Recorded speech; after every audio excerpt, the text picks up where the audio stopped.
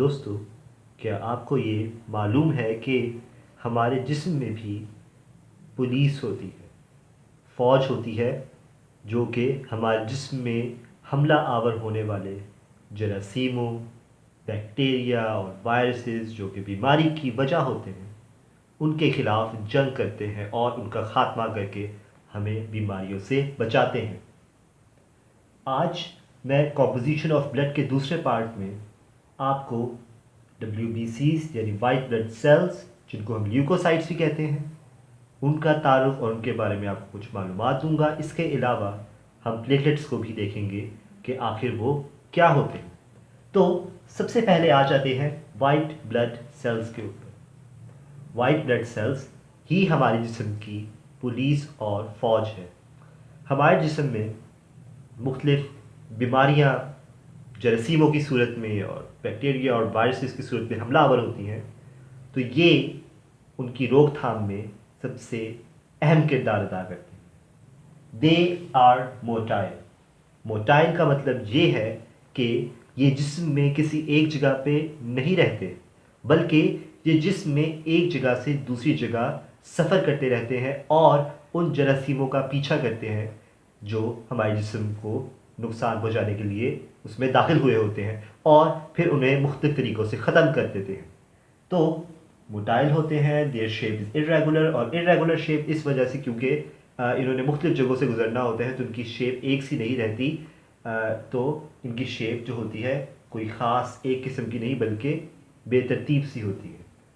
और इसके अलावा जो वाइट ब्लड सेल्स हैं, they are formed in bone marrow.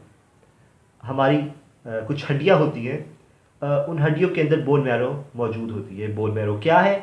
जिस तरह हड्डियाँ आपको बाहर से सख्त नज़र आती हैं, बाहर से सख्त महसूस होती हैं, ये अंदर से वैसी नहीं होती, बल्कि इनके अंदर एक नरम सा मादा होता है, वो होता है बोन मैरो। और बोन मैरो के अंदर एक बड़े हैरत अंगेज़ किस्म के सेल्स होते हैं, यानी स्टेम सेल्स।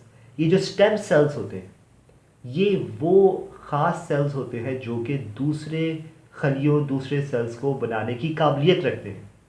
इन्हीं से वाइट ब्लड सेल्स बनते हैं, इन्हीं से रेड ब्लड सेल्स बनते हैं, और इन्हीं से प्लेटलेट्स बनते हैं। तो ये बोन मैरो में बनते हैं, ठीक हो गया।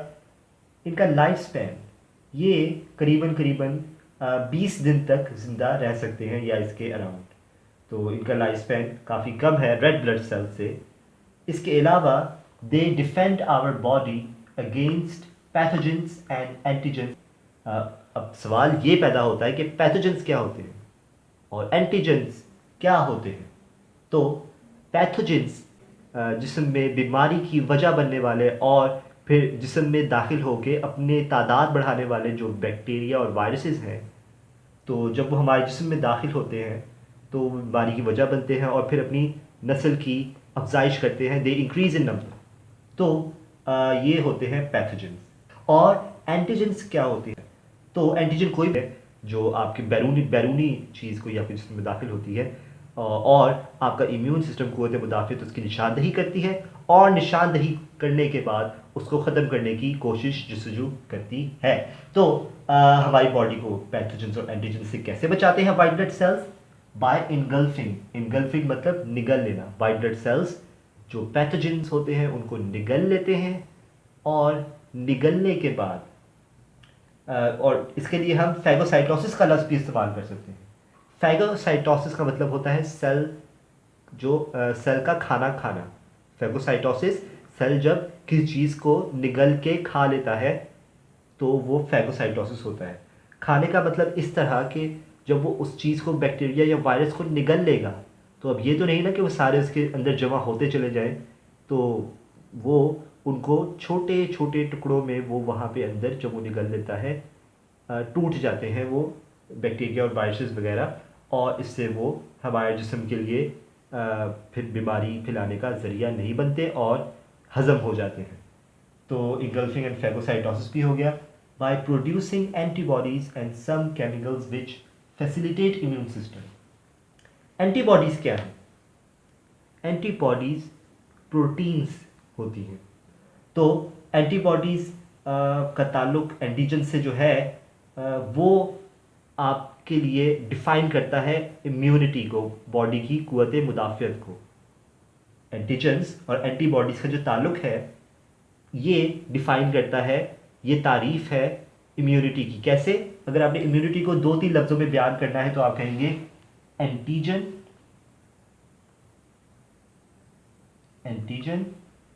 Antibody, reaction. इसको ज़रा हटा लेते हैं।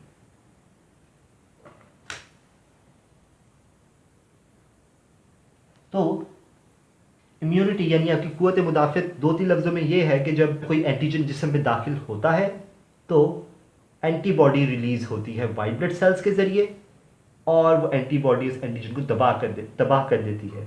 और यही हमारे जिस्म की क़ुव्वत मुदाफ़ियत यानी इम्यूनिटी है। क़ुव्वत मुदाफ़ियत यानी दिफा का निज़ाम हमारे जिस्म का। हमारे जिस्म को एंटीबॉडीज़ प्रोटेक्ट करती हैं एंटीजन से, और ये रिएक्शन इम्यूनिटी की डेफिनेशन है। तो अब यहाँ पे मैंने कुछ आपको वाइट ब्लड सेल्स की 2 मेन टाइप्स मोटी मोटी बताई हैं, और उनकी फर्दर टाइप्स भी लिखती हैं। जो ग्रैनुलोसाइट्स होते हैं उनके अंदर न्यूट्रोफिल्स और बेसोफिल्स और इज़ोनोफिल्स होते हैं, और ए ग्रैनुलोसाइट्स में लिम्फोसाइट्स और मोनोसाइट्स होते हैं, और इनका हर एक का अलग अलग बड़े मज़े के फंक्शंस हैं। अब जो लिम्फोसाइट्स हैं वो एंटीबॉडीज़ प्रोड्यूस करते हैं। अब जैसे न्यूट्रोफिल्स को ही ले लीजिए, कोई भी जिस्म में इन्फेक्शन दाखिल हो तो सबसे पहले वहाँ पे न्यूट्रोफिल्स पहुँचते हैं। अब न्यूट्रोफिल्स वहाँ पहुँच के हैरत अंगेज़ काम करते हैं।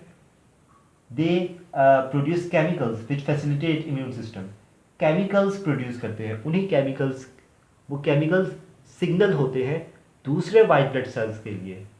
ये केमिकल्स सिग्नल होते हैं दूसरे वाइट ब्लड सेल्स के लिए, ताकि वो वहाँ आए और उस इन्फेक्शन का, उन पैथोजेंस का, उन एंटीजेंस का मुकाबला करें। तो इससे अलावा जो मोनोसाइट्स हैं वो आपके पास निगल लेते हैं जो पैथोजेंस वगैरह होते हैं, और जो लिम्फोसाइट्स हैं वो एंटीबॉडीज़ प्रोड्यूस करते हैं, और बेसोफिल्स और इज़ोनोफिल्स जो हैं वो भी आपके पास निगल लेते हैं पैथोजेंस को।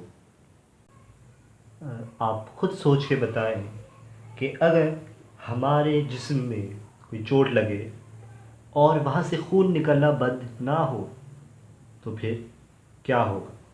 जाहिर सी बात है, कुछ अच्छा तो नहीं होगा।